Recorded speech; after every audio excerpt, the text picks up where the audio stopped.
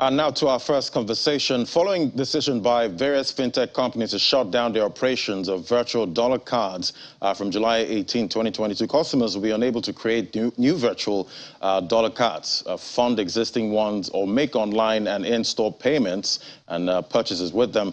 Let's discuss this and other matters now rising in the fintech space with Rahul Shah, Head Financials Research at Telema. Great to have you join us this morning. Hi, Laddie.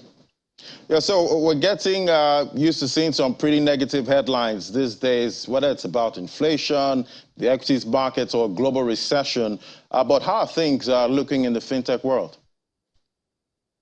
I'd like to say that things are going great, but sadly that's not the case.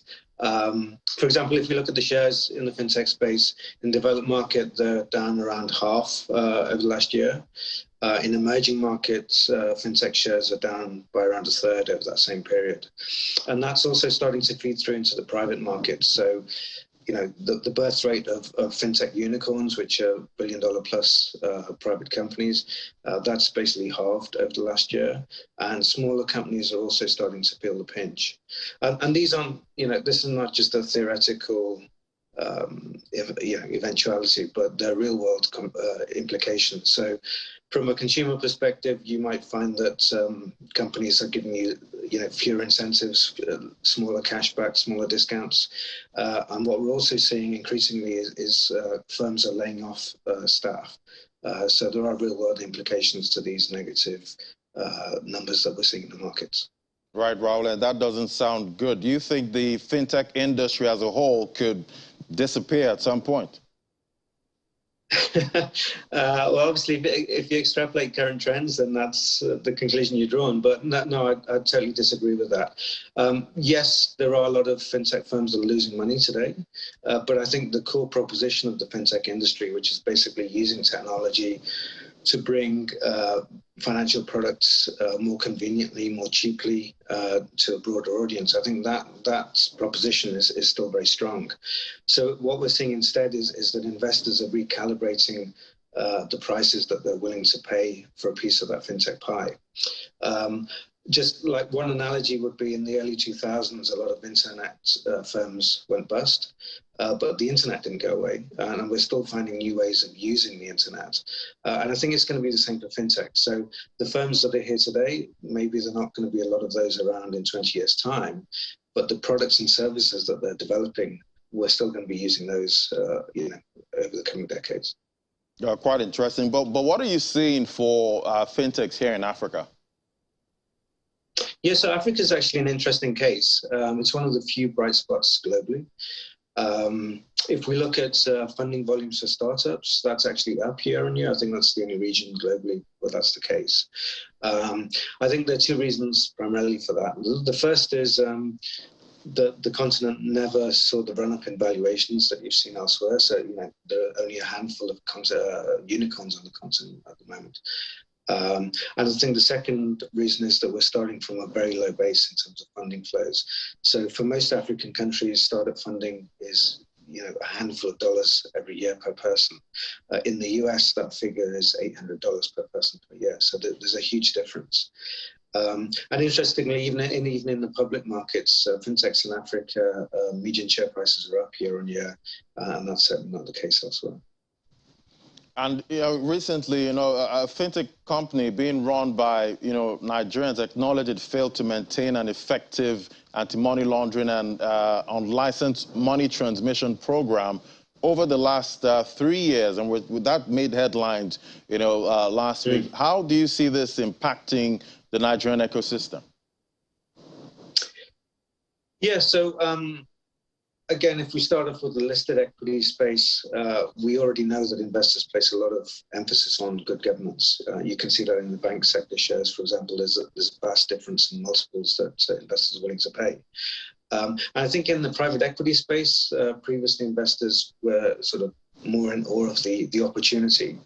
But, news like the one that you just mentioned means that I think investors going forward are going to place a lot more emphasis on well-run companies that are less likely to stand on banana skins and therefore more likely to be able to capture that long-term growth story. So yeah, I think that's going to be one of the implications from an investor perspective, a bigger emphasis on governance. I think also from a customer perspective, things are going to change. I think rather than just chasing the best deals, customers will be thinking more deeply about what the reputation of those companies are, what their purpose is what the company stands for aligned with my own personal goals. And then I think another point that is key to mention is the regulatory environment. I think it needs to be very clear what is wrong and what is right. I mean, that sounds like an obvious point, but often with the way regulations are worded these days, that's not always the case. So I think that's also another area that we need a few changes based on the news that you just mentioned. And do you see, more companies actually facing these kind of problems when it comes to this anti-money laundering activities? Yes, so what we've seen, the pandemic has been great at kickstarting changes in behavior and moving people onto more digital platforms. But the downside has been that there's also been a huge explosion in the incidence of fraud. And that's something that I think regulators are struggling to grapple with, and also firms. One of the things about fintech is that it can make finance very easy and accessible. But the flip side of that is that criminals can also exploit that. And so getting the right balance is actually incredibly difficult. And one of the issues some people are grappling with right now is the shutdown of the dollar virtual cards, here in Nigeria for some of these companies. What's your take on that? Yeah, so I think this, comes back to the fraud points that we've just been talking about. It's interesting that a lot of the firms that have shut down their cards use a single firm called Union 54, which is a Zambian-based fintech. And that company's gone from basically zero to being the biggest issuer of MasterCard in Africa in the space of a couple of years. And the reason they've been able to grow so quickly is that they've partnered with customer-facing companies, such as Flutterway's Barter or Payday or Vesti in Nigeria. And that means that they've lost control of that customer acquisition process. And that's obviously a risk in terms of risk management.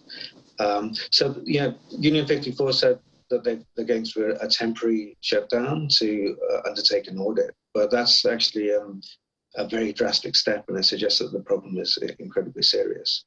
So, look, we'll be getting more news on this, I'm sure, over the coming days and weeks, but for the moment, it does look as if Union 54's been on the wrong side of the foul line. But we'll have to wait to get more updates on this. But it's not just companies that have been using Union 54, but others have also shut down, and that suggests that these fraudulent activities are actually quite widespread. And do you see, because some other platforms are still offering, virtual cards now, a couple of them, do you see those ones actually still able to, send out these virtual cards? I suppose I would imagine that they've tightened their controls quite significantly. So even if you apply, maybe you won't get the card. If they feel that their risk management is up to the mark, then I see no reason why they shouldn't still be issuing these cards. Clearly, from a customer perspective, they're incredibly useful. Right, and how is we're having FX issues in the country right now. How are they able to still, weather the storm, when it comes to FX issues in Nigeria? Yeah, so this has been an ongoing issue. When we speak to international investors, this is the #1 issue, and it has been for a couple of years. As to how they're going around it, fintechs are very creative. And as I say, one of the issues is that sometimes regulations aren't always clear-cut in terms of what is and what isn't allowed. And some of them maybe are sailing quite close to the wind. In terms of definitive answer on how they're doing this, I couldn't give one. Quite incredible. Well, the Fintech Association of Nigeria says the fintech sector accounted for about 63% of funding raised by startups in Africa. That was in 2021. Do you still see the sector getting as much attention going forward with the economic headwinds we're seeing these days? Yeah, good question. So globally, FinTech actually is the biggest recipient of startup funding. And that's because, there's a massive opportunity to improve lives and make money. Fintechs, it's such a broad sector from giving sort of health insurance for $1 a day through to helping multinational companies trade internationally. So there are a lot of economic frictions that fintechs are finding solutions for. And in Nigeria, the opportunity is huge. So there are more financially underserved adults in Nigeria than anywhere else in Africa. And actually globally, it's the 5th largest body of people that are financially underserved behind bigger Asian countries like China or India. So I think fintech is going to continue to be the biggest recipient of cash. But I think 63% is probably a big ask. And one of the reasons for that is down to those sort of economic headwinds that you mentioned.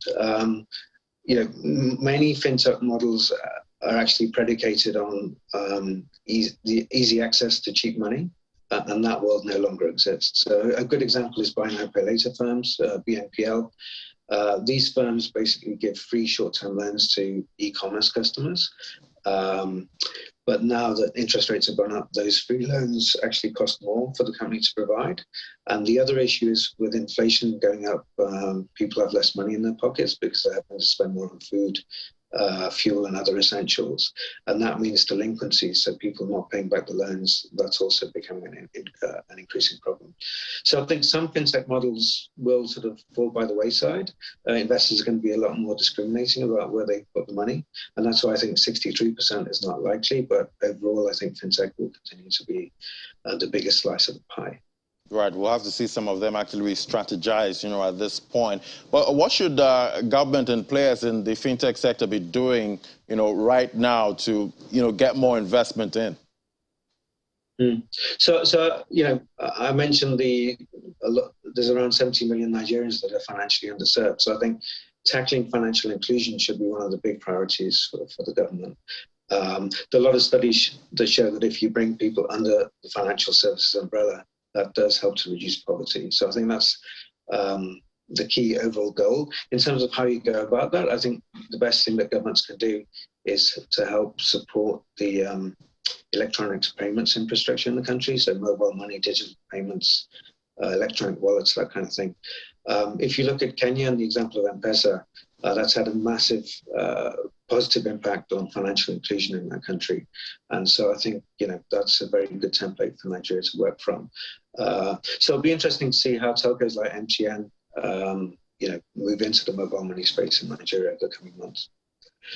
For fintech industry players, I think they need to be a lot clearer about what their value proposition is to the customer. So, in days gone by, you'd see fintechs basically giving away their products or even paying customers to use their products. I think those days are gone. So fintechs need to focus very much on where they're adding value, and so hence where customers will be willing to pay for those services. That probably means streamlining the product range. It might mean stepping away from certain areas of activity, such as becoming a B2B player instead of a B2C player. And it might mean losing some independence in terms of partnering with your rivals, partnering with your suppliers, or even partnering with your customers. So these are all tough decisions for executives to make, but if they're not going to make them, then in this environment, the investors will do it for them. Right, still a lot to watch out for in that fintech space. Well, we'll leave it there now. Raul Shah, Head of Financials Research at Telem. It was great having you on the program. Thank you. Bye-bye. Thank you. All right, now, so after the break, it's not news that Nigeria's debt servicing is costing the federal government over 100% of revenue. We'll drill down on this and more. That's next. Do stay with us. This is Business Morning.